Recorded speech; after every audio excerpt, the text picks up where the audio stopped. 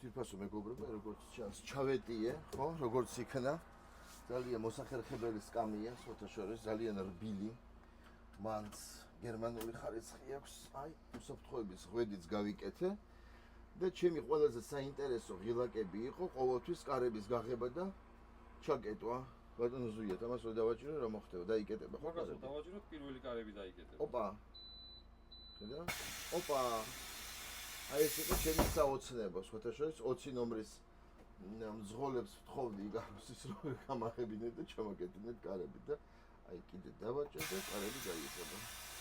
აი ესეთი საინტერესო ლექციები აქვს ბატონ ზვიაც უტარებს მძღოლებს და მე ვოცნებობ რომ ოდესღაც მეც აღმოჩნდები მისი მოწაფის ადგილას და მეც მექნება საშუალება რომ გავიარო ამ 18 მეტრიანი ავტობუსების დარების კურსი და მეც დიდი სიამოვნებით მოვემსახურებოდი ქალაქს და ვატარებდი ესეთ მშვენიერ ავტობუსებს. ეხლა ფოტოც გადამიხერხე.